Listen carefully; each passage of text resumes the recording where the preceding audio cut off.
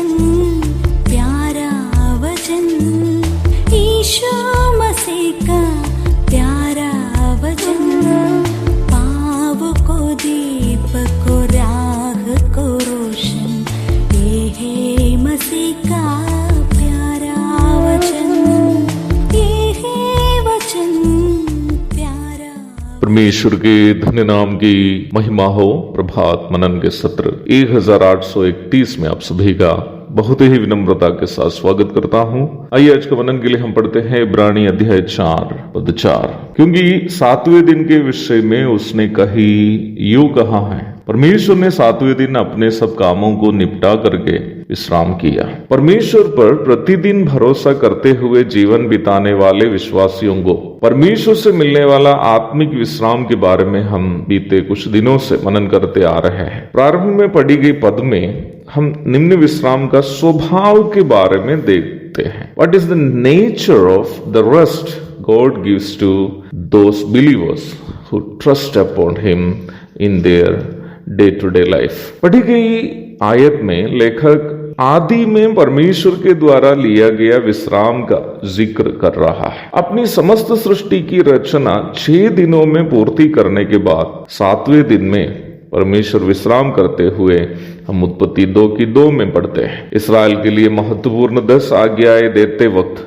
परमेश्वर के द्वारा 7वें दिन में लिया गया विश्राम के परिप्रेक्ष्य में प्रत्येक 7वें दिन शब्द अथवा विश्राम का आचरण करने के लिए इस्राएलियों को भी आदेश दिया था। निर्गमन अध्याय 20 पद 8 से 11 तक। पुराने नियम की विधि व्यवस्था के अनुसार शब्द का उल्लंघन करना मृत्युदंड के योग्य घिनौने अपराध था।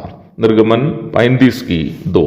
सृष्टि के काम पूरा करने के पश्चात परमेश्वर ने जो विश्राम लिया, वो विश्राम अवश्य परमेश्वर के तीनों व्यक्तित्वों का एक विश्राम अवश्य होना चाहिए। पिता जो सृष्टि की योजना बना रहा था, और पुत्र जो सृष्टि का अंजाम दे रहा था, और पवित्र आत्मा जो सृष्टि के काम की देख रेख कर रहा था।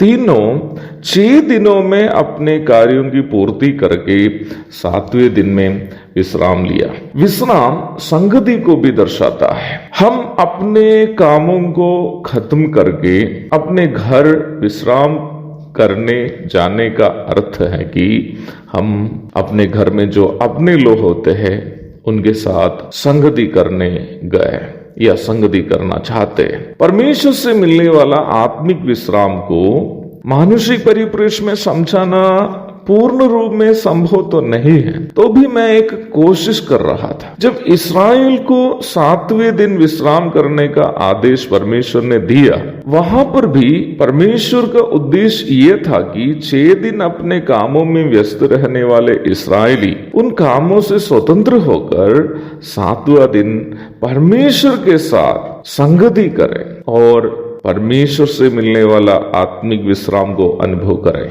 यह सच्चाई जो अपने जमाने के यहूदियों को समझ में नहीं आ रही थी, प्रभु यीशु मसीह समझाते हुए हम नया नियम में देखते हैं। प्रभु यीशु मसीह के संग संग चलने वाले प्रेरितों ने खेत से बाले तोड़कर खाने लगे। यहूदियों में से जो धर्म गुरु थे, वे इसे देखकर इसकी कड़ी निंदा करने लगे। फरीसी और अन्य धर्म गुरु इसकी आलोचना जब की, प्रभु ने अपने शिष्यों के हिफाजत करते हुए आलोचना करने वाले यहूदियों को यह समझाया कि वह स्वयं सप्त के दिन का भी प्रभु है।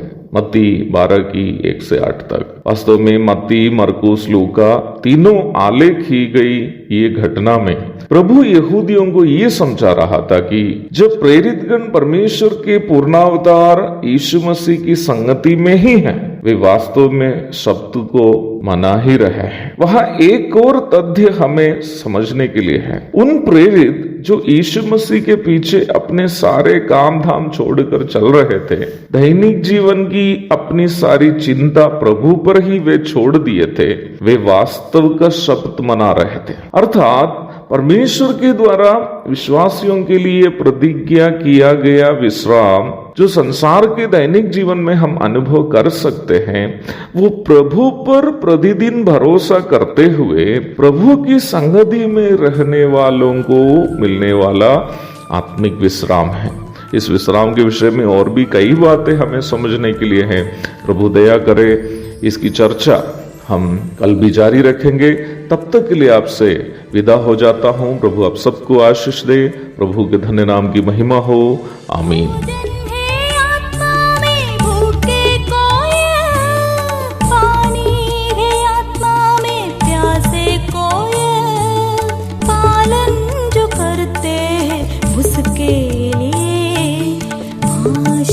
पाने का साधन है